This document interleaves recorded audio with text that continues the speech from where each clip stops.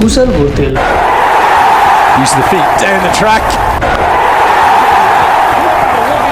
Run बनाउँछन्, तर world cup जस्तो स्टेजमा यही स्टाइलले नेपाललाई बचाउँछ कि डुबाउँछ भन्ने प्रश्न आज सबैभन्दा ठुलो बहस बनेको छ।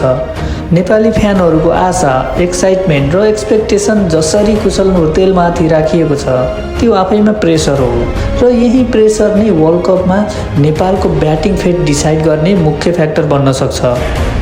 वार्म अप म्याचहरू हेर्दा नेपालले म्याच जितेको छ, स्कोर बोर्ड पनि राम्रो देखिएको छ, तर यदि हामी सर्फेसभित्र पसेर कुशल भुर्तेलको इन्डिभिजुअल पर्फर्मेन्स एनालाइज गर्छौँ भने एउटा अनकम्फर्टेबल ट्रुथ देखिन्छ जुन धेरै फ्यानले सुन्न चाहँदैनन्। पहिलो वार्म अप म्याच युए विरुद्ध थियो। त्यो म्याचमा कुशल भुर्तेलले 8 रन मात्र बनाउन सके। पावर प्ले सुरु भएसँगै इन्टेन्ट देखियो, तर स्विङ आउने बललाई पढ्न नपाउँदै विकेट गुम्यो। नेपालले जित्यो त्यो म्याच, तर ओपनिङमा दुवै विकेट चाँडै गुमाउँदा मिडल अर्डरमाथि तुरुन्तै दबाव आयो। यो जहिले पनि हुने गरेको छ। स्कोर बोर्डले जित देखाउँछ, तर ब्याटिङ प्याटर्नले वार्निङ दिएको छ। दोस्रो वार्म अप म्याच क्यानाडा विरुद्ध थियो। यहाँ पनि कहानी धेरै फरक भएन। कुशल भुर्तेलले 12 रन बनाए 11 बल खेलेर। स्टार्ट एग्रेसिभ नै थियो, तर सेट हुन नपाउँदै फेरि विकेट गयो। नेपालले फेरि म्याच जित्यो, तर डिसाइसिभ रोल कुशल भुर्तेलको भएन। म्याच जिताउने काम फेरि पनि मिडल अर्डरले नै गर्यो। अब यहीँबाट सबैभन्दा ठुलो प्रश्न उठ्छ, यदि वार्म अप म्याचमा कुशल भुर्तेल डिसाइसिभ बन्न सकेनन् भने वर्ल्ड कप जस्तो प्रेसर टुर्नामेन्टमा नेपालले उनीमाथि किन यति धेरै एक्सपेक्टेसन राखिरहेको छ? कुशल भुर्तेलको batting style inherently high risk हो। एरियल सट्स, पावर प्लेमा म्याक्सिमम एक्सप्लोइटेसन, यो मोडर्न टी20 को रिक्वायरमेन्ट हो, तर यही स्टाइल कन्ट्रोल नभए वर्ल्ड कपमा पोइजन बन्न सक्छ। वार्म अप म्याचमा देखिएको प्याटर्न स्पष्ट छ। स्विङ र सिम आउने बित्तिकै कुशल भुर्तेलले सेटल हुन समय पाएका छैनन्। वर्ल्ड कपमा इङ्ल्यान्ड, वेस्ट इन्डिज जस्ता टिमहरूले यही कमजोरीलाई टार्गेट गर्नेछन्। New ball, tight off stump line र यही ट्र्यापमा एग्रेसिभ ओपनरहरू पर्ने गर्छन्। कुशल भुर्तेल अर्ली आउट हुँदा नेपाललाई स्कोर रेट मात्र होइन, ब्याटिङ कन्फिडेन्समा पनि तल पार्छ। नेपालको ब्याटिङ डेप्थ अझै डेभलपिङ फेजमै छ। यो इन्डियाको जस्तो टिम होइन जहाँ अर्ली विकेट गुमे पनि रिप्लेसमेन्टमा स्टार नै आउँछ। कुशल भुर्तेल पावर प्लेमै आउट हुँदा नेपाल तुरुन्त डिफेन्सिभ मोडमा जान्छ, यो त ग्यारेन्टी नै हो, र यही मोमेन्टमा अपोजिसनले गेम कन्ट्रोल गर्छ। नेपाली फ्यान्सहरूको एक्सपेक्टेसन चाहिँ बिल्कुल फरक छ। फ्यान बेसमा एउटा माइन्डसेट बनिसकेको छ, कुशल भुर्तेल चल्यो भने म्याच जितिन्छ।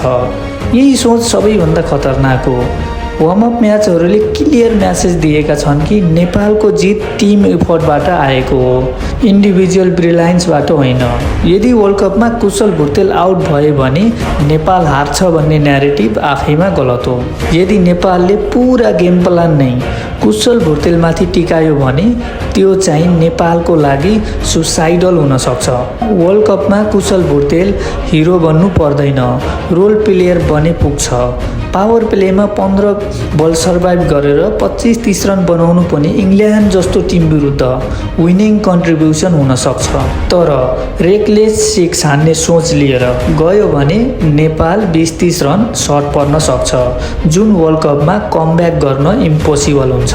कुशल भुर्तेलले नेपाललाई डुबाउँछ कि बचाउँछ भन्ने कुरा रनको सङ्ख्याले होइन, विकेटको टाइमिङले डिसाइड गर्छ। अर्ली विकेट जानु भनेको नेपालको स्ट्राटेजी कोल्याप्स हुनु हो, र लेट विकेट जानु भनेको नेपालको हातमा मोमेन्टम विन आउनु हो। नेपाली फ्यान्सले पनि एक्सपेक्टेसन रिसेट गर्नै पर्छ। हरेक म्याचमा 50 रन, हरेक म्याचमा फायरवर्क्स, यो फ्यान्टासी मात्रै हो। वर्ल्ड कपको रियालिटी डिसिप्लिन, पेसेन्स र सिचुएसनल अवेरनेस नै हो। यदि कुशल भुर्तेलले फर्स्ट 10 बलमा रेस्पेक्ट गरेर सर्ट सेलेक्सन कन्ट्रोल गरे र प्रेसर अब्जर्भ गरे भने नेपालको ब्याटिङ स्टेबल हुन सक्छ। तर यदि वार्म अप म्याचमा जस्तै प्याटर्न रिपिट भयो भने वर्ल्ड कपमा बिग टिमहरूले नेपाललाई पावर प्लेमै गेम बाहिर पुर्याउन सक्छन्।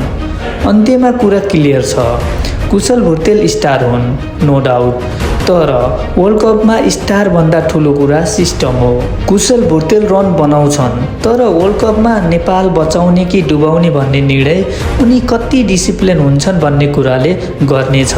यदि स्मार्ट क्रिकेट खेले भने मात्र कुशल भुर्तेल नेपालको वर्ल्ड कप यात्रामा ब्याकबोन बन्न सक्छन्। इङ्ल्यान्ड भर्सेस नेपालको म्याचमा कुशल भुर्तेलले कति रन बनाउन सक्लान्?